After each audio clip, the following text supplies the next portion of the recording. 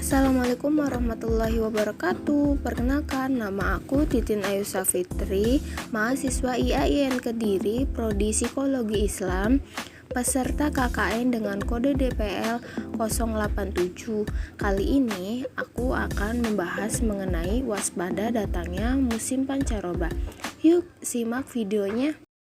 Pasti kalian pernah kan mendengar istilah musim pancaroba? Apalagi kita sudah menginjak pertengahan tahun di mana seharusnya pergantian musim dari musim hujan ke musim kemarau terjadi.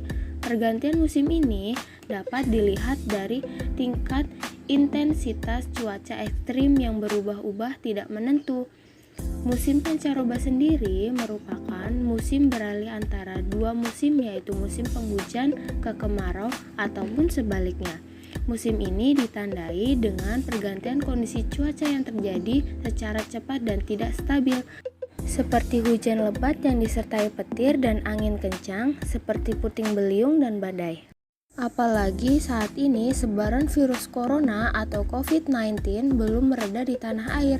Selain ancaman virus asal kota Wuhan, Cina, musim pancaroba biasanya ditandai dengan cuaca yang cenderung tidak menentu, seperti angin yang berhembus sangat kencang dan terkadang diikuti dengan curah hujan yang relatif tinggi. Berdasarkan penelitian Badan Meteorologi, Klimatologi, dan Geofisika atau BMKG memperkirakan musim kemarau akan mulai terjadi pada bulan April 2021 dengan puncaknya pada bulan Juli hingga September 2021 mendatang. Dilihat dari akumulasi curah hujan musim kemarau periode 1981 sampai 2021, tampaknya Indonesia akan memiliki keterlambatan dalam memasuki musim kemarau pada tahun 2021. Namun tenang saja, musim kemarau 2021 diperkirakan cenderung normal dan memiliki peluang yang kecil untuk mencapai kekeringan yang ekstrim. Dalam menghadapi musim pancaroba ini, BMKG juga menghimbau masyarakat untuk mempersiapkan diri menghadapi musim pancaroba yang akan datang dengan menjaga kesehatan dan meningkatkan imunitas diri. Diharapkan masyarakat dapat melewati musim pancaroba ini dengan kondisi badan yang prima. Perubahan suhu dan kelembapan udara pada musim pancaroba ini memberikan ruang bagi virus dan bakteri untuk berkembang biak dan hidup lebih lama. Virus dan bakteri ini yang menjadi sumber dari berbagai penyakit yang muncul ketika musim pancaroba. Kira-kira penyakit apa aja sih yang dapat menginfeksikan manusia saat musim pancaroba? Berikut beberapa jenis penyakit kala musim pancaroba. Pertama yaitu flu atau virus influenza. Saat pancaroba, virus influenza akan lebih mudah menyebar, ditambah dengan lingkungan yang lembab akan membuat virus ini bertahan lebih lama.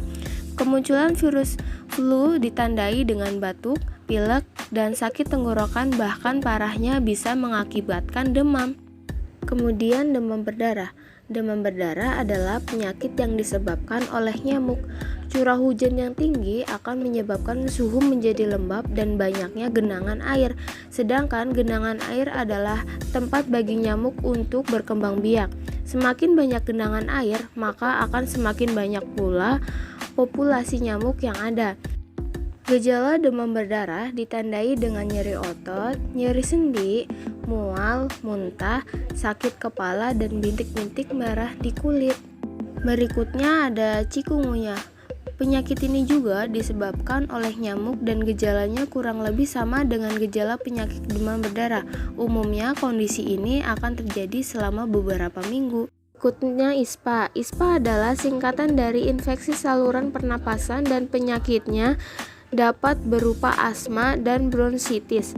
Kondisi ini terjadi karena penyempitan dan pembengkakannya saluran pernapasan sehingga membuat gumpalan lendir di sekitar saluran pernapasan kita.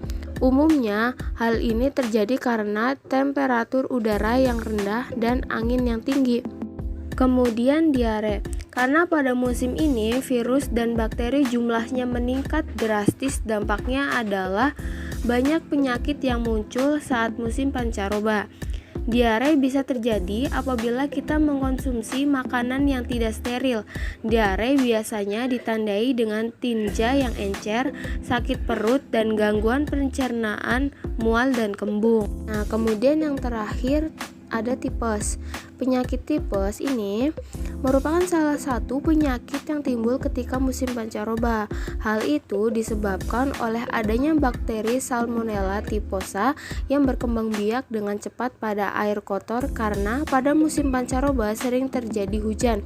Penyakit tipes biasanya menyerang saluran pencernaan yang ditandai dengan gejala demam, diare, dan kehilangan nafsu makan. Nah, sekarang teman-teman sudah tahu kan, penyakit-penyakit tersebut dapat menghambat kesehatan serta kegiatan sehari-hari kita. Nah, dalam memicu pancaroba ini, kita perlu meningkatkan daya tahan tubuh kita serta mencegahnya dengan melakukan perilaku hidup sehat dan bersih. Nah, berikut beberapa cara yang dapat dilakukan, yaitu mencuci tangan secara teratur apalagi setelah beraktivitas di luar ruangan, memperhatikan makanan dan minuman yang dikonsumsi, kemudian mengonsumsi makanan kaya vitamin, olahraga secara teratur, istirahat yang cukup, dan berhenti merokok, serta melakukan vaksinasi secara teratur. Cukup sekian videonya, jangan lupa like ya teman-teman. Semoga video ini bermanfaat untuk teman-teman semuanya. Jangan lupa jaga selalu kesehatan teman-teman dan keluarga. Kurang lebihnya mohon maaf. Wassalamualaikum warahmatullahi wabarakatuh.